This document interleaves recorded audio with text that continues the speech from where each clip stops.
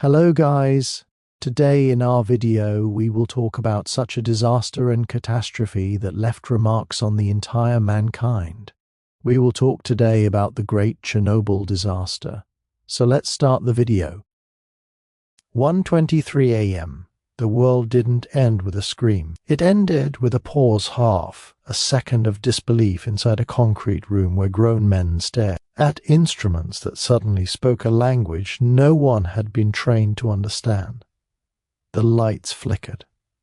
The floor shuddered. And in that suspended moment, before the sound arrived, before the violence announced itself, history quietly crossed a line it could never uncross. Outside, the Ukrainian night was calm in the way only early spring can be, cool, still, almost kind. The Pripyat River moved lazily past the city.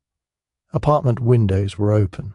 Somewhere, a radio played softly. Less than 3 kilometers away, inside reactor number 4 at the Chernobyl nuclear power plant, a routine safety test was sliding out of control with surgical precision. The test had a purpose that sounded responsible on paper, to see whether the reactor's turbines could generate enough residual electricity during a power loss to bridge the gap before diesel generators kicked in. It was a test that had failed before, postponed before, misunderstood before. It should have been redesigned. It should have been cancelled. Instead, it was scheduled again because the system valued completion over comprehension. The day shift handed the reactor over late. The test was delayed by grid controllers in Kiev who needed power. By the time permission came, the reactor was in the hands of a night crew working with an unstable configuration they hadn't planned for. Power dropped too low, dangerously low. Procedures were violated to bring it back up.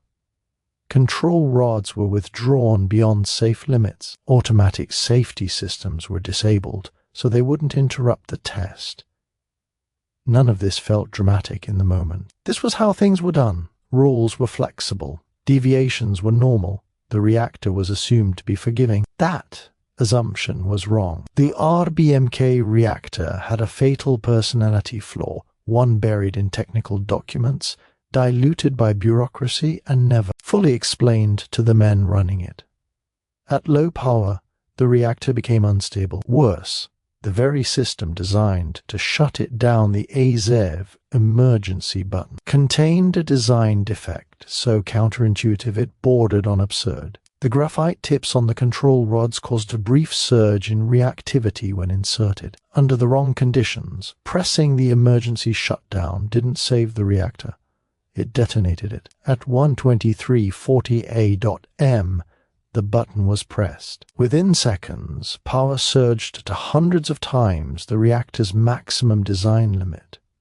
Fuel channels ruptured. Water flashed into steam.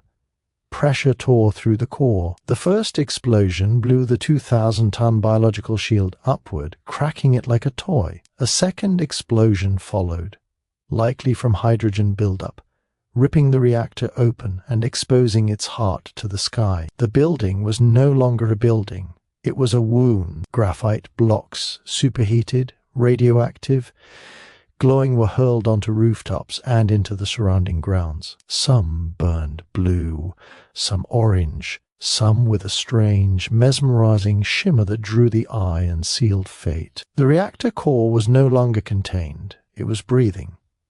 Inside the control room, disbelief hardened into denial. Instruments were destroyed or useless. Radiation meters maxed out at levels too low to register what was actually happening. Senior engineers insisted the reactor was intact because the alternative was unthinkable. RBMK reactors did not explode. That belief had been repeated so often and it had hardened into doctrine. So reality was rejected. A young engineer volunteered to inspect the reactor hall. He returned pale, shaking, vomiting. He said the core was gone. He was told he was mistaken. Meanwhile, the fire spread. Firefighters arrived within minutes. Sirens cut through the night. Trucks rolled in from Pripyat and surrounding towns. These men were trained to fight fires, not physics. No one told them they were responding to a nuclear catastrophe.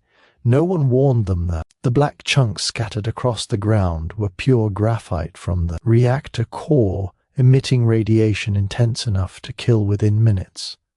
They climbed ladders. They stepped on glowing debris. They aimed hoses at flames that weren't ordinary flames at all. Lieutenant Volodymyr Provik led his crew to the roof. He felt the heat through his boots, the strange tingling on his skin, the metallic taste coating his mouth. He kept going. Bravery is meaningless to radiation. It does not care what you deserve. By dawn, most of the visible fires were out. The invisible one was just beginning. Radiation poured into the atmosphere, carried upward by convection currents created by the burning reactor. The plume climbed kilometers high, spreading iodine-131, cesium-137, strontium-90 elements that would embed themselves in soil, water, milk, bone. Borders meant nothing. Wind did the paperwork. In Pripyat, people woke to rumors. Some said there had been a fire. Others said a transformer exploded. Parents sent children to school. Fishermen went to the river. Couples walked bridges to watch the strange glow over the plant, unaware. They were standing in one of the most contaminated spots in the region. Children pointed at the shimmering sky. By morning, radiation levels near the reactor were thousands of times above lethal thresholds. Yet evacuation orders did not come. Acknowledging the truth meant admitting not just an accident, but a systemic failure. The Soviet Union was built on the promise of control over nature, over technology, over narrative. Chernobyl shattered that promise in seconds. Helicopters were dispatched to drop sand, lead, clay, and boron into the open reactor. Pilots flew directly over the exposed core. Their instruments malfunctioned, their bodies absorbing doses that guaranteed illness and early death. They flew anyway. Some fainted midair. Some vomited inside their helmets. All of them were told it was necessary. Inside hospitals, firefighters began to collapse. Skin reddened, then blistered.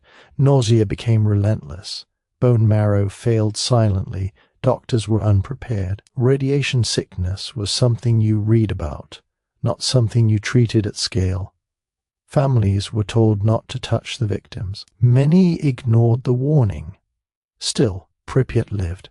It wasn't until 36 hours after the explosion that buses arrived. Loudspeakers crackled to life. Residents were told to pack essentials. They would be gone for 3 days. Pets were left behind. Doors were locked. Photos were abandoned on walls. Food sat on tables, cooling. The city emptied in hours. No one told them they would never return. As the last buses rolled away, Reactor 4 continued to burn and open. Reactor core releasing contamination with every passing second. The disaster had already escaped containment. It had entered the bloodstream of the land itself. Chernobyl was no longer a technical failure. It was a human one, and it was far from over. The explosion was over.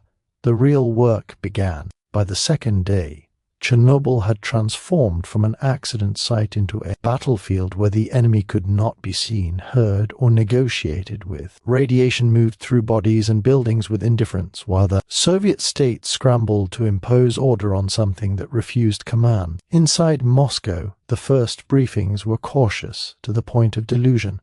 Numbers were softened. Language was sanitized. Words like incident and situation were used instead of catastrophe. The instinct was not to understand, but to contain politically first, physically second. Truth was dangerous. Panic was worse. At the plant, the reactor continued to burn. What remained of the core had melted into a grotesque mass, eating through concrete, producing radioactive steam and smoke that rose continuously into the atmosphere. If the molten fuel reached the water reservoirs beneath the reactor, another explosion far more powerful was possible. Some estimates predicted it could render large parts of Ukraine and Belarus permanently uninhabitable. Some men were sent in. They were miners from Tula and Donbas, summoned with little explanation and even less protection. Their task was to dig a tunnel beneath the reactor and install a heat exchanger to prevent a steam explosion. They worked in suffocating heat, often stripped naked because protective clothing slowed them down. Radiation badges were useless. Exposure was guaranteed. They dug anyway. Above them, helicopters flew in endless loops, dumping thousands of tons of material into the open reactor. Lead to block radiation. Boron to absorb neutrons. Sand to smother the fire. Much of it missed the target, scattering contamination across the site. Some pilots flew so low they could see the glowing core beneath them. Some died within weeks. Others carried damage that would surface years later as cancer, heart failure, or neurological decay. These men were given a name that sounded clinical and disposable: liquidators. They came from everywhere: soldiers, engineers, construction workers, students. Over 600,000 would eventually be involved. They were told they were protecting the motherland. They were not told the cost. Radiation exposure limits were adjusted upward when they became inconvenient. Records were altered. Time spent in contaminated zones was underreported. The system that had failed to prevent the disaster now failed to acknowledge its consequences. On the roofs of nearby buildings, radioactive graphite littered the surfaces like shrapnel from another world. Robots were sent first. They failed within minutes, their circuits fried by radiation levels far beyond what engineers had anticipated. Cameras went dark. Motors seized. Machines, at least, could refuse to continue. Humans could not, so soldiers were ordered up instead. Each man was given a shovel and a timer. 90 seconds. Scoop the graphite. Throw it over the edge. Run back. One lifetime dose of radiation compressed into a minute and a half. Some slipped. Some froze. Officers screamed. Cameras rolled because even here appearances mattered. Later, many of these men would be told their exposure was minimal. Meanwhile, the truth began leaking beyond Soviet borders. Radiation alarms went off at a nuclear plant in Sweden hundreds of kilometers away. Workers were found contaminated before entering the facility. Scientists realized the source was external. The plume had traveled. The lie was no longer sustainable. Under international pressure, the Soviet Union acknowledged the accident. The announcement was brief, hollow, and deliberately vague. No images of the reactor were released. No numbers were confirmed. The world saw smoke. It did not yet see the wound.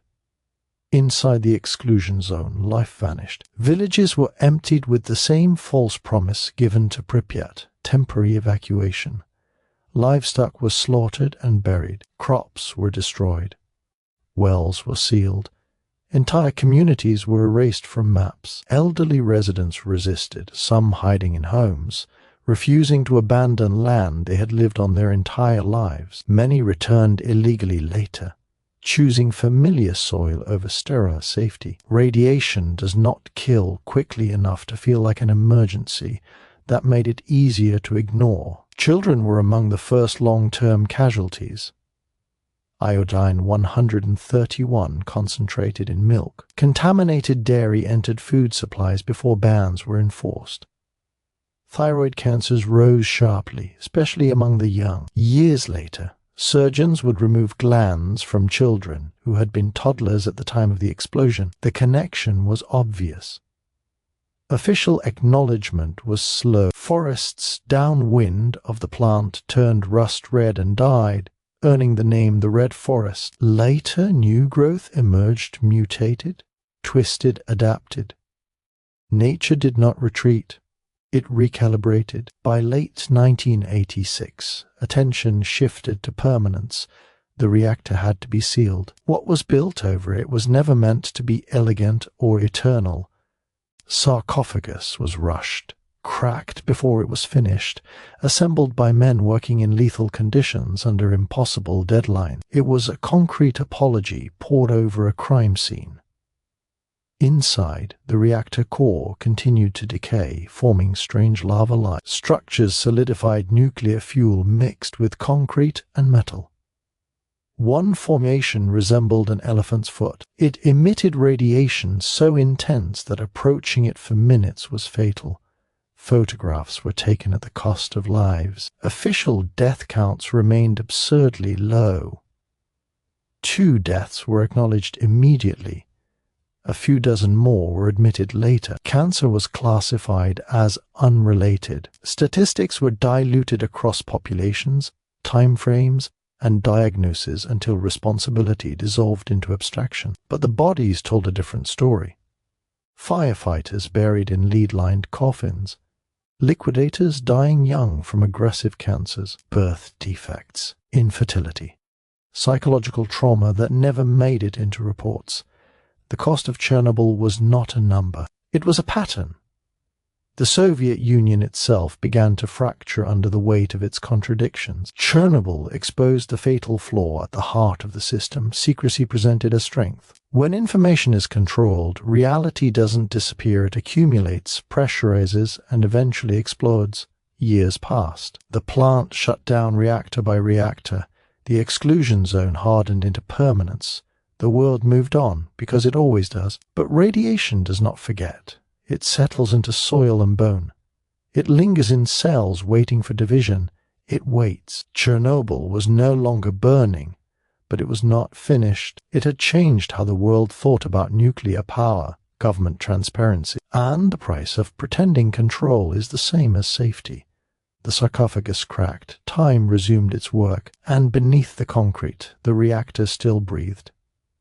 Chernobyl did not end. It learned how to wait. Years after the smoke thinned and the headlines vanished, the reactor still existed as a problem without a deadline.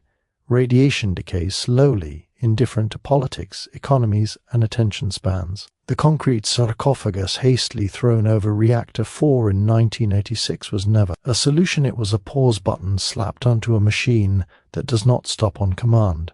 Cracks formed almost immediately. Water seeped in. Dust escaped. Every engineer involved knew the truth but avoided saying it out loud. This thing would fail, so the world pretended not to notice. The Soviet Union collapsed, but Chernobyl remained an inheritance nobody wanted. Ukraine inherited the zone, the reactor, the sickness, the responsibility, and the bill. Scientists continued to monitor radiation. Soldiers guarded empty forests. Tourists were forbidden, then quietly allowed, then monetized. Disaster aged into spectacle. Meanwhile, people kept dying, not dramatically, not in a way that makes history books nervous. They died individually: heart attacks at 45, cancers at 50, immune systems that collapsed for no clear reason. Paperwork rarely listed Chernobyl as the cause. It didn't have to. Radiation is patient. It doesn't announce itself. It edits the future quietly. The liquidators aged fast. Many were denied recognition, compensation, or medical care. Some were told their exposure records had been lost.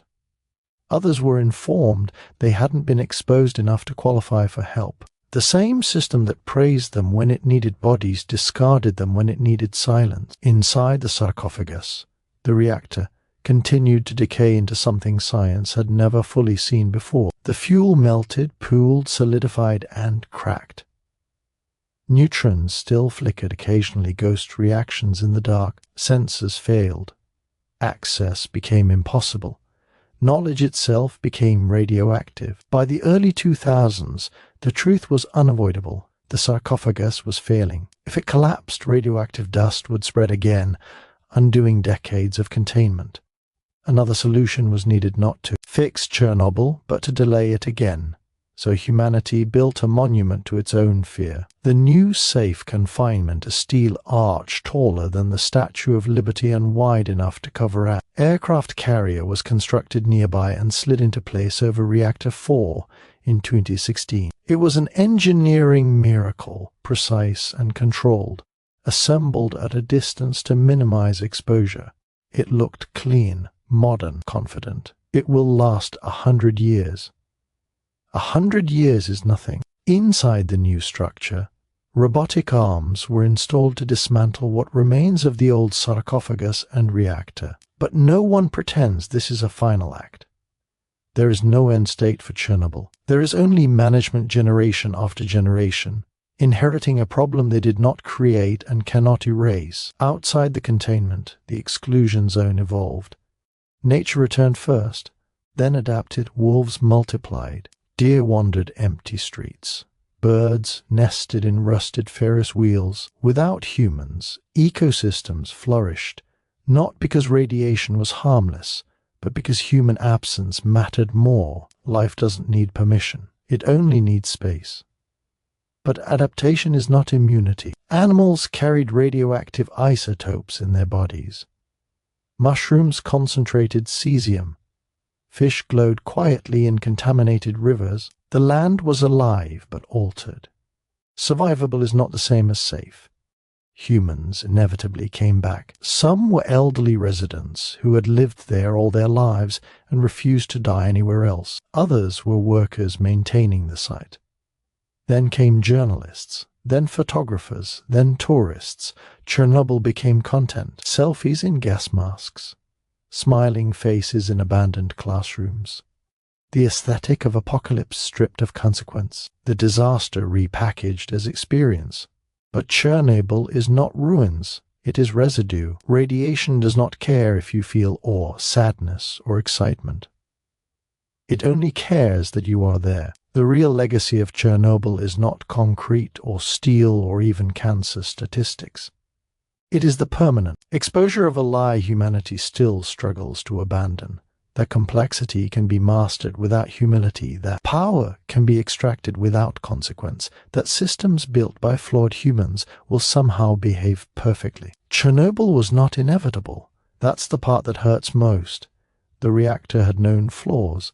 The test was poorly designed. The culture punished hesitation. Safety was secondary to schedule.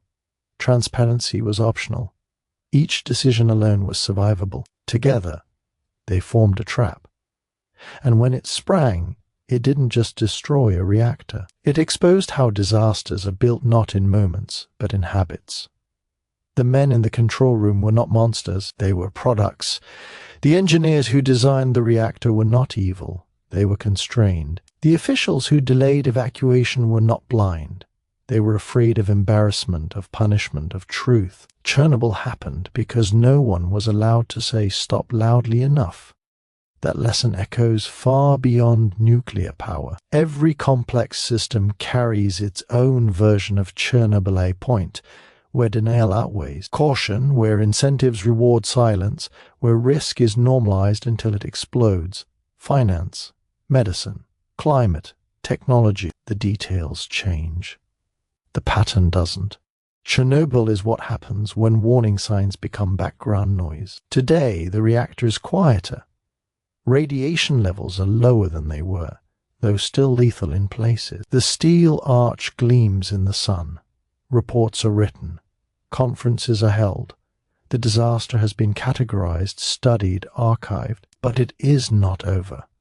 It will not be over when the last liquidator dies.